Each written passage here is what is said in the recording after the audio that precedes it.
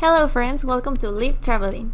Today we'll see Izamal Mexico complete travel guide. Things to do. Izamal Mexico. Until the 16th century, Izamal was a mighty Mayan city, with 6 pyramids around a huge ceremonial plaza at the largest urban center in the North Yucatec Plains. After the Bishop Diego de Landa arrived at Izamal's mission in the mid-16th century, the city would never be the same again, and colonial buildings were placed right on top of Mayan monuments.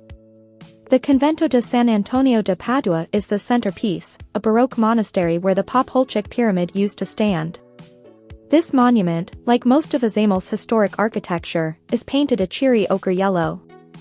Now, Izamal is an official Mexican Pueblo Mágico, and folded into the townscape are a series of Mayan archaeological sites labeled with helpful information panels. 1. Downtown architecture. While the center of Izamal isn't bursting with sights, you'll fall in love with its colorful colonial architecture going back to the 16th century. Izamal is often called the Ciudad Amarilla, Yellow City, and almost every building is painted in a yellow ochre, while cornices, door frames and window frames are a bright white. Amateur photographers will get some eye-popping shots, and the houses are equally beautiful when their yellow facades show a patina of age.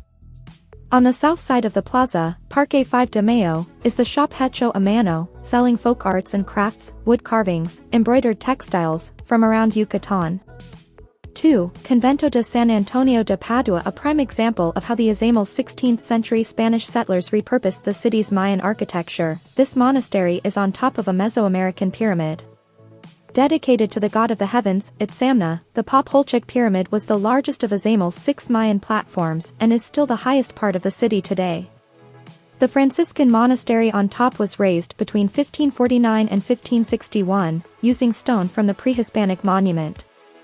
Tallying with the enormous proportions of the pyramid, the courtyard, Atrio, is said to be the second largest in the Christian world behind the Vatican. The church interior has frescoes from the 16th and 17th centuries and an Baroque altar with opulent giltwood decoration and painted scenes from the life of Jesus. 3. Atrio del Convento de San Antonio de Padua. The most impressive thing about the monastery is certainly its sweeping rectangular courtyard, Atrio. At more than 7,800 square meters, it's definitely the largest in the Americas and, as we mentioned, possibly the second largest in the world. You can negotiate the arcades that trace this massive space and survey the yellow city, thrilled by the thought that you're standing on a Mayan pyramid. In the middle of the courtyard near the entrance to the church is a statue of John Paul II erected to commemorate his visit in 1993. 4. Kinich Kakmó pyramid. An inescapable presence to the north of the city center is an immense Mayan pyramid and the best remaining remnant of Izamal's pre-Hispanic history. The Kinich Kakmó pyramid was dedicated to the solar god of the same name.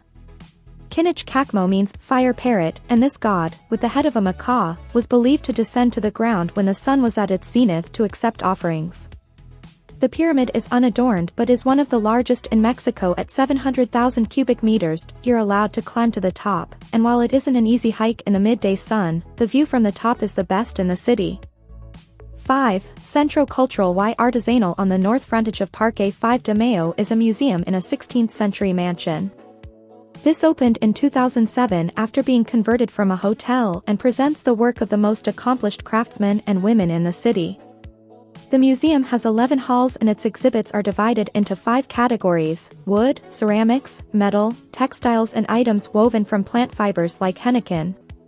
There's creative jewelry fashioned from palm seeds and cattle horns, alebrijes, wacky papier-mâché monsters, and calavera Catrinas, skeleton figures made for Dia de Muertos. There's also a small exhibition about hacienda architecture in the region, and a shop where you can buy pieces by the artisans in the galleries. 6. Itzamatul. One of the largest monuments on Izamal's lost Mayan plaza, Itzamatul was a monument built over 3 phases. The earliest work was done around 400 to 600 AD and consisted of a base with a light gradient and stairways. This was covered by a more vertical, slope and panel, construction about 300 years later, which has been restored and can be scaled. Look north and you can see the Kinich Kakmó pyramid and get a sense of the layout of the lost Mayan plaza. The final phase between the 10th and 12th centuries would have been a gigantic pyramid, of which only the 100-meter-long base and a short stairway remains. Like Popolchek, Itzamatul was dedicated to the god of the heavens, Itzamna, and would have drawn pilgrims from across the region. 7. Temple of Kabul. On the west side of the Parque Itzamatul Plaza are the vestiges of a temple that is only now being excavated. The name, Kabul, is Mayan for miraculous hand, and when it was complete this monument would have measured more than 60 meters in length and 9 meters high. Its sides were once coated with stucco decorations, and when the English explorer Frederick Catherwood came to Izamal in 1843 he drew a sketch of an imposing stucco mask as high as the wall itself. Sadly, this decoration has since disappeared. 8. Monumento of Fray Diego de Landa. On a roundabout facing the southern wall of the Convento de San Antonio de Padua is a monument to Izamal's colonial founder Diego de Landa. Drop by for a photo as he's one of the reasons Izamal looks the way it does today. He arrived in Yucatan in 1549, 3 years after Spanish had established control of the region, and was in charge of spreading Catholicism to the Mayans.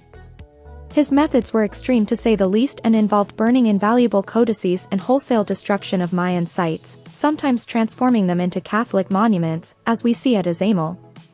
As a paradox, during this campaign Diego de Landa also became the earliest and one of the most reliable documenters of the Mayan civilization.